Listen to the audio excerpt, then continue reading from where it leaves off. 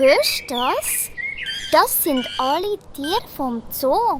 Komm, wir gehen sie zusammen besuchen. Los geht's!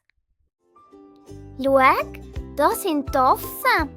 Sie spielen in den Bäumen und machen A. Und da ein grosser Elefant. Mit seinem langen Rüssel sagt er Dörö. Kannst du das auch? Oh, schau, wer da ist. Der Loi. Er ist der König der Tiere. Und der kann brüllen. Da macht er Grrrr. Und da ein starker Tiger. Wenn der streitet, dann macht er auch so Grrrr, Grrrr.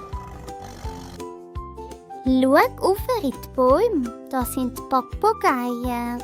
Die rufen Krack, Krack. Und schöne farbige Federn haben sie. Und da unten eine Schlange. Sie schlängelt langsam durchs Gras und macht wie spannend. Und da haben wir die Pinguine. Die watscheln auf dem Eis rum und schnattern. Quack, quack. Und das ist eine Robbe. Sie schwimmt im Wasser und sagt So, heute haben wir aber viele Tiere gesehen.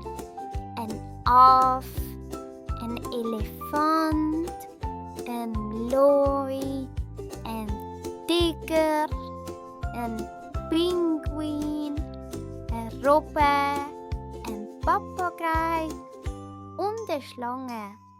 Das war mega lässig heute. Das war es schon für heute, meine Freunde. Folgt mir für mehr und lasst ein Herz da. Tschüss!